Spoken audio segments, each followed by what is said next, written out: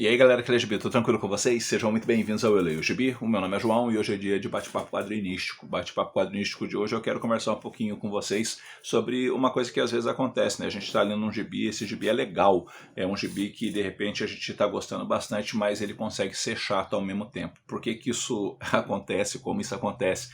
É um grande mistério, ou seja, há elementos na história que conseguem tornar o gibi legal e chato ao mesmo tempo? Como é que fica esse lance todo?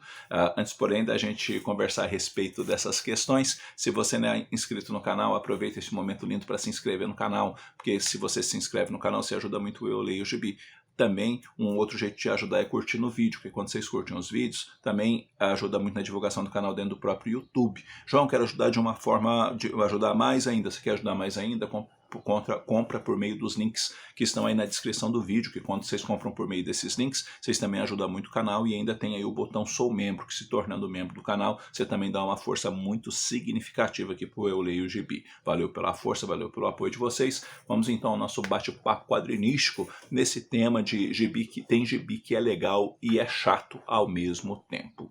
Bom, é muito bacana quando a gente pega um gibi para ler e a gente começa a ler e se empolga e não quer parar mais de tão bom, de tão fantástico que o quadrinho é, né? Isso acontece comigo, por exemplo, com o Hulk do Bill Mantlo. Isso aconteceu comigo, por exemplo, quando eu leio o Solitário do Chaboté, que eu achei um negócio pura e simplesmente fantástico. Quando eu li o Escultor também, um gibi bem espesso e que eu li rapidinho, porque eu gostei demais da conta que eu vi. O Demolidor do Chip Zdarsky é empolgante e por aí adiante. Enfim, há gibis que a gente vai lendo e a gente devora, né? O quadrinho Gotham, por exemplo, do Ed Brubaker, do Greg Rucka, é outro gibi que faz isso. Mas às vezes a gente está lendo um quadrinho que a gente realmente gosta, a gente tece elogios e por aí adiante, mas existem coisas no quadrinho que acaba tornando às vezes ele chato. Uma das coisas, por exemplo, que torna quadrinho chato é arco longo demais. Mas por quê? Porque existem arcos longos que tudo bem, aquele arco é longo e o sujeito consegue trabalhar bem todo o dinamismo da história. Mas tem arco que ele estica, e se você tirasse ali umas 3 histórias desse arco de 8 partes, ou umas 2 histórias de um arco de 6 partes, ele ficaria mais enxuto e mais coerente, às vezes mais dinâmico, mais bacana e fluiria melhor a história. Por exemplo, quando eu venho tecer uma crítica ou outra com esse encadernado aqui do Carnificina Total, o que tem? O Carnificina Total eu chamo de gibi razoável. Por quê? Porque eu acho a trama em si uma boa ideia. Quando você começa a ler, você tem uma trama que está chamando a atenção. Só que o que acontece? Acontece que a gente tem aqui 352 páginas e dentro desse bojo todo e da forma com que a história vai sendo trabalhada, eu acho que é história demais para uma saga só, sabe? Então eu acho, por exemplo, que se tirasse algumas histórias do Carnificina Total, tivesse feito na época ele um pouco mais enxuto, talvez o gibi teria ficado mais bacana. Por quê? Porque eu acho que o arco às vezes se estendeu um pouco mais do que devia, sabe? Mas, João, mas é aquele lance, né? É a impressão que eu tenho. Às vezes você não tem a mesma impressão que eu, mas é a impressão que eu tenho. Então, muitas vezes, acaba acontecendo isso, né? Da gente tá lendo um quadrinho e pode acontecer isso. Por exemplo, tem uma história um dos encadernados do Hulk que eu acho bacana, que eu acho legal, mas tem uma hora que o Hulk do Al Ewing começa a fazer um discurso em prol da ecologia e falar de como o homem está explorando o planeta e com excesso de plantação e está desmatando tudo e está destruindo isso e aquilo, e isso o homem tem que ser separado, tem que ser freado porque está arrebentando com tudo, não sei mais o que. Rapaz, olha o discurso que o Al Ewing está colocando na boca do Hulk, nada a ver. Você está lá lendo a história está bacana e o Hulk me aparece que esse discurso quebra o negócio da história e a história que está legal fica chata porque você coloca um discurso que não tem nada a ver com o personagem na boca do personagem. Então, o que acontece? Quando essas coisas vêm a acontecer, você tem um gibi legal na sua mão muitas vezes, que ele tem o seu momento chato. Então, ele é legal e chato ao mesmo tempo, por conta de uma abordagem que é feita que não cabe na história. E não cabe na história por quê? Porque não tem nada a ver com o Hulk. O Hulk não é um personagem ecológico em nenhuma de teve suas versões. E aí você me pergunta, mas o que deu isso? Não deu em nada, porque se você vai lendo as sequências das histórias produzidas pelo Walt Ewing, aquilo não serviu para absolutamente nada no todo que ele está construindo até agora e terminou de construir, inclusive, né, na edição 50 lá nos Estados Unidos. E tem uma outra história também dentro dos arcos aí de histórias do Walt Ewing, que tem uma história que ele pega alguns seres num determinado futuro, coisa e tal, que ele usa inclusive o pronome neutro, né, nessa história toda. Enfim, uma coisa que nada a ver, na minha opinião, a necessidade daquilo dentro da história, mas para que aquela história? Usa pronome neutro para trabalhar essas questões. E o que contribuiu aquilo para Immortal Hulk? Absolutamente nada. Ou seja, é uma história que não tem utilidade, que dentro do arco que ele estava produzindo não teve impacto nenhum, mas nenhum dentro da narrativa.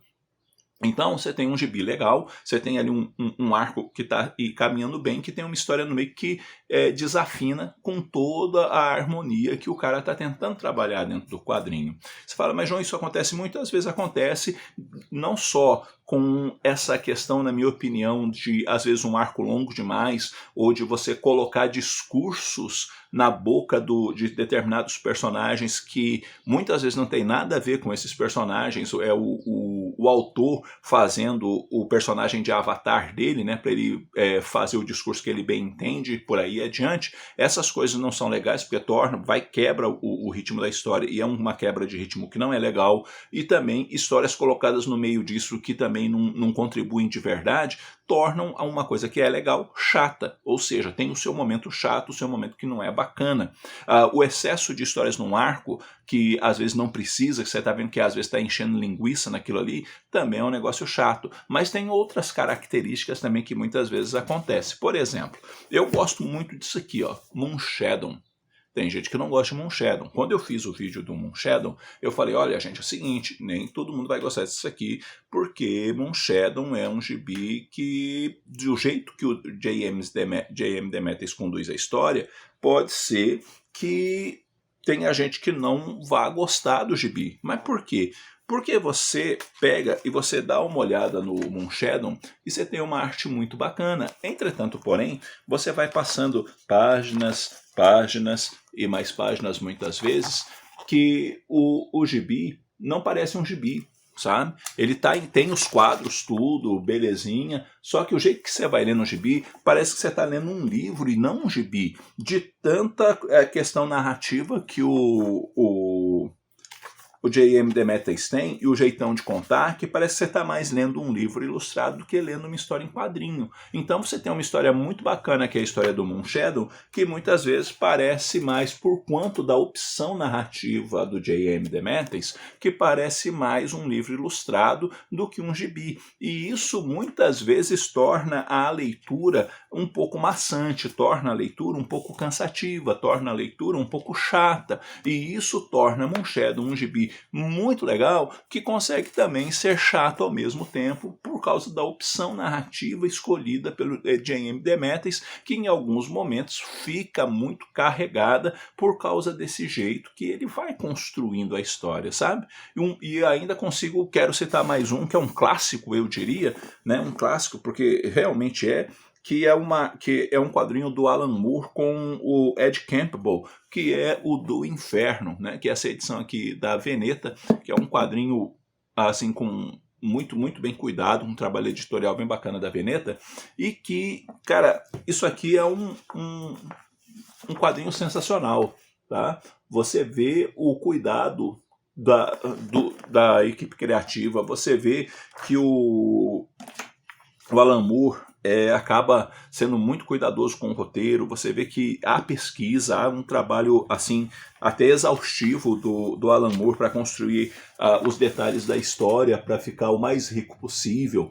E o que acontece com esse quadrinho? Ele é muito bom, cara, é muito bom. Tem um momento mesmo que o Jack está conversando com um cara e está estripando, cortando, fatiando uma mulher toda enquanto ele está conversando. E tem uma trama em torno da coroa britânica e por aí adiante, maçonaria, que vai tomando o quadrinho, sabe? E isso é muito legal. Mas, entretanto, porém, não é um quadrinho que você fala assim, eu vou sentar e vou ler isso aqui assim. Por quê? Porque ele tem tanta informação, mas ele tem tanta informação e ele tem tanta fala às vezes, mas tanta conversa, tanta, que tem hora que fica chato. Por quê? Justamente porque você lê e pouco foi, sabe? Mas o que você quer dizer com isso? Eu quero dizer com isso que às vezes o excesso de informação e todo aquele montão de fala e mais fala e mais fala que vai tornando o quadrinho verborrágico, e isso acontece algumas vezes do Inferno, tá? Algumas vezes do Inferno, às vezes chegam uns momentos que não fica legal, às vezes chegam alguns momentos que fica cansativo, fica um pouco maçante a história, sabe? Por quê? Justamente por conta desse excesso de fala, desse excesso de balão que muitas vezes tem na história. Enfim, eu gosto muito do Inferno, tá? Gosto muito mesmo dessa história, eu acho muito bem trabalhada, mas tem os momentos que João, quando leio, falo, cara, nesse momento aqui tá meio chato, porque tá muito devagar, tem muita conversa, pouco evolui a história, não tá legal. E o Moonshadow, às vezes, por quanto desse gênero escolhido, essa opção feita pelo J.M. Demers também tinha umas horas que ficava meio maçante, ou seja, são gibis legais, são gibis bons, que ficam chatos às vezes, por quanto de alguns momentos dentro da narrativa que fica meio maçante a história, né? Então são características que às vezes tem de gibis legais que são chatos ao mesmo tempo, né? Ou seja, vale a pena ler, vale a pena ter na coleção, são histórias que agradam a gente, mas que em alguns momentos deixam a gente meio aborrecido ou meio chateado por conta dessas coisas que às vezes surgem. Então, galera, o que vocês acham dessa questão? Tem algum gibi aí na sua coleção que você gosta muito e que você acha chato ao mesmo tempo? Ou seja, eu gosto muito desse gibi, mas tem umas coisas nele que me incomoda e deixa ele um pouquinho chato por causa disso ou daquele outro, de algumas razões, ou um arco muito longo, ou alguns momentos que a quebra da narrativa não deveria ter acontecido na sua opinião, ou um discurso que é colocado na boca do personagem que você acha que não tem nada a ver com o personagem. Enfim, vamos conversar um pouquinho, me diz aí o que tem aí na sua coleção, que é legal, bem legal, mas ao mesmo tempo tem seus momentos chatos, seus momentos que você não curte muito. Vamos conversar um pouquinho, porque conversar com vocês é sempre muito bom. No mais, eu vou ficando por aqui, logo eu tô voltando com outro vídeo. Um abraço forte em todo mundo, até a próxima.